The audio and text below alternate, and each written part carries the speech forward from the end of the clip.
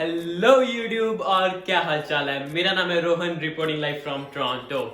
तो सबसे पहले तो यार welcome to my first video मेरे ऑफिशियल यूट्यूब चैनल पर। अपने बारे में थोड़ा सा बता देता हूँ। अगेन मेरा नाम है रोहन। हिंदुस्तान से 2-3 साल पहले कनाडा में आया हूँ। यहाँ पर कॉलेज से ग्रेजुएशन की है। करंटली अपने वर्क परमिट पर हूँ और फुल टाइम जॉब कर रहा हूँ। और जहाँ तक यूट्यूब की बात है तो यार मैं कब से सोचा था कि यूट्यूब चैनल स्टार्ट कर लूँ, है ना, आप लोगों के लिए वीडियोस बना लूँ और एक सीरीज बनाता रहूँ, बट हो ही नहीं रहा था। मतलब टाइम नहीं लग रहा था, ये गलत हो ही नहीं रहा था। पर अब जो चैनल बन गया और वीडियोस आ रही हैं तो एंजॉय। तो आज मैं बात करूंगा यार कोविड-19 की, पैंडेमिक की, ये सारी सिचुएशन की। बेसिकली एक नज़रिया देने की कोशिश करूंगा कि इंडियन गवर्नमेंट और कैनेडियन गवर्नमेंट ने क्या क्या स्टेप्स लिए थे कोविड-19 के स्प्रेड को रोकने के लिए और इनकी अप्रोचेस में क्या क्या डिफरेंसेस थे। सबसे पहले इंडिया की बात करते हैं। तो इंडिया में जब फर्स्ट वेव आई थी तो एक दिन का जनता कर्फ्यू लग गया था, है ना। कनाडा में ऐसा नहीं हुआ। कनाडा में इनफैक्ट अभी तक कर्फ्यू नहीं लगा। कुछ प्रोविंसेस जिनमें केसेस थोड़े से ज़्यादा बढ़ गए थे वो स्टेट ऑफ इमरजेंसी में थे, पर कर्फ्यू नहीं लगा। नेक्स्ट, इंडिया में राइट आफ्टर कर्फ्यू 21 दिन का इंडिया वाइड लॉकडाउन लगा था। मतलब कश्मीर से लेके कन्याकुमारी तक पूरा देश बंद था। कनाडा में ऐसा नहीं हुआ। कनाडा में भी प्रोविंसेस में लॉकडाउन लगा था, पर कनाडा वाइड नहीं था। मतलब हर प्रोविंस में लॉकडाउन लगा था, पर अलग अलग टाइम पे लगा था। ऐसा नहीं था कि पूरा देश एक टाइम पे बंद है, ठीक है। नेक्स्ट बात करें तो इंडिया में एक तरह का फोर्स लॉकडाउन था। मतलब कितनी बार हमने सोशल मीडिया पे वीडियोस देखे हैं कि पुलिस जो है अगर आप घर से बाहर निकलते तो आपको मार दिया। मतलब एक तरह से हाई स्कूल वाला हिसाब था कि आप घर से बाहर निकलो, ये आपकी गलती है, पुलिस एज अ टीचर आपको डंडे मारेगी या फिर आपसे सिटअप कराएगी, ठीक है। कनाडा में ऐसा नहीं था। कनाडा में ऐसा है भी नहीं, ठीक है। तो अगर आप बाहर निकलते हो, ठीक है, आप ग्रुप बना के निकल रहे हो और ऐसे लग रहा है कि आप रिस्क हो कम्युनिटी को, तो पुलिस आपको टिकट दे देगी जो कि $1000 तक भी जा सकती है। मतलब एक तरह से आपका $1000 का चालान कट जाएगा। और जो प्रोविंसेस स्टेट ऑफ इमरजेंसी में है उनमें रिस्ट्रिक्टेड आवर्स हैं। मतलब लाइक ऑन्टेरियो, तो 7 AM to 8 PM इस टाइम फ्रेम के बीच में आप बाहर जा सकते हो। उसके अलावा आप बाहर नहीं जा सकते अनटिल अनलेस आप किसी एसेंशियल ट्रिप के लिए जा रहे हो, ठीक है। नेक्स्ट मैं बात करूंगा यार ट्रांसपोर्ट एंड ट्रैवलिंग की। अब क्योंकि इंडिया में लॉकडाउन लगा हुआ था तो airlines, railways, buses, cabs, auto rickshaw सब कुछ ही बंद था। इनफैक्ट इंडियन हिस्ट्री में ये पहली बार हुआ था कि इंडियन रेलवेज इतनी ज़्यादा देर के लिए बंद थी। इंडिया में बॉम्बिंग भी हुई है, रेलवे वर्कर्स की स्ट्राइक भी हुई है, पर आज तक इतनी ज़्यादा देर के लिए इंडियन रेलवेज बंद नहीं हुई थी जितनी कि इस पैंडेमिक की वजह से हुई।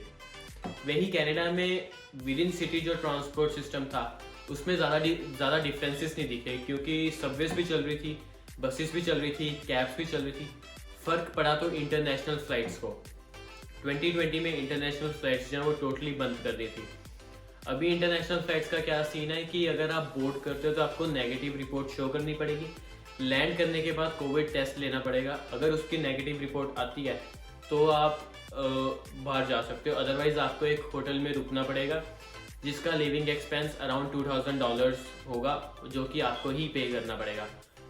दूसरी बात, इंटरनेशनल फ्लाइट्स जो है सिर्फ वैंकूवर, कैलगरी, टोरंटो और मॉन्ट्रियल में ही लैंड कर सकती हैं अभी।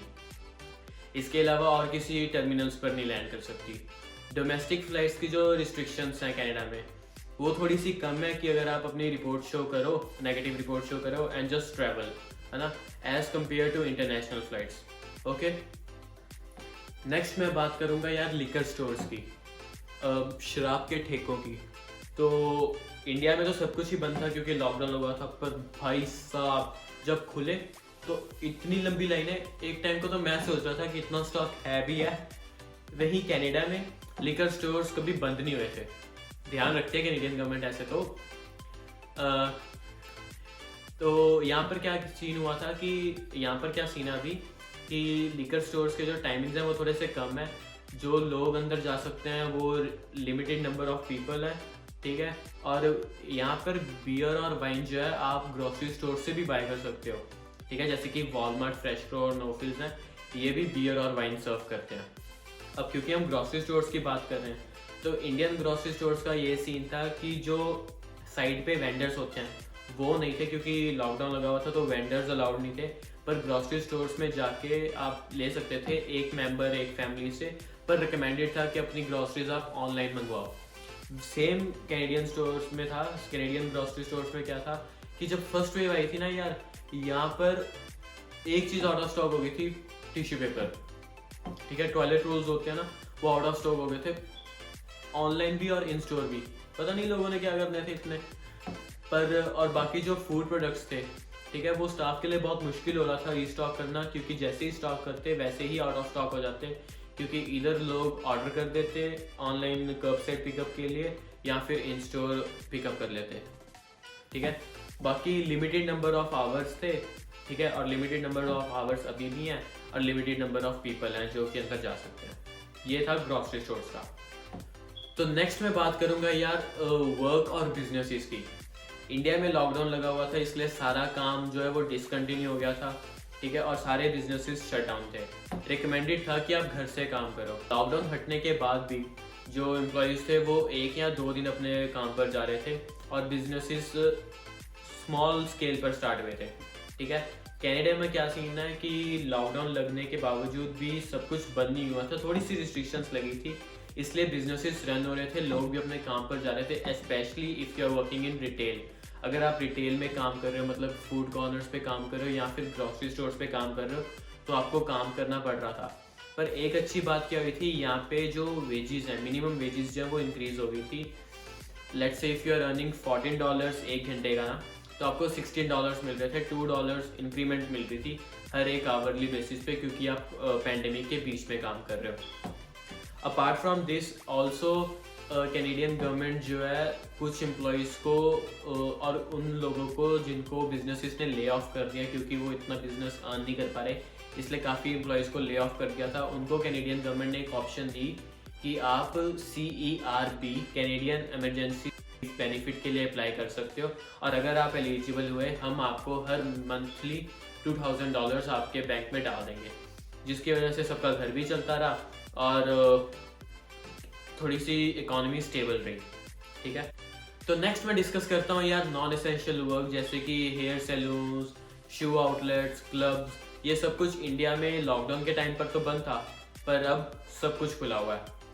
वही कनाडा में अभी भी ये सब कुछ बंद है, सारे नॉन एसेंशियल वर्क जैसे कि shoe outlets, clothing centre, hardware stores, ये सब कुछ बंद है। स्पेशली जिन प्रोविंसेस में स्टेट ऑफ इमरजेंसी लगी हुई है, जैसे कि ओंटारियो, सब कुछ बंद है। इवन की हेयर सैलून्स भी बंद है, और सभी घर पे ही बार्बर बने आए हैं।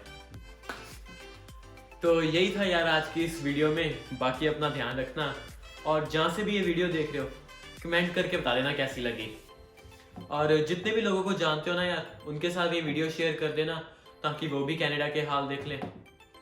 बाकी मिलते हैं अगली वीडियो में, तब तक के लिए स्टे सेफ, स्टे ब्लेस्ड।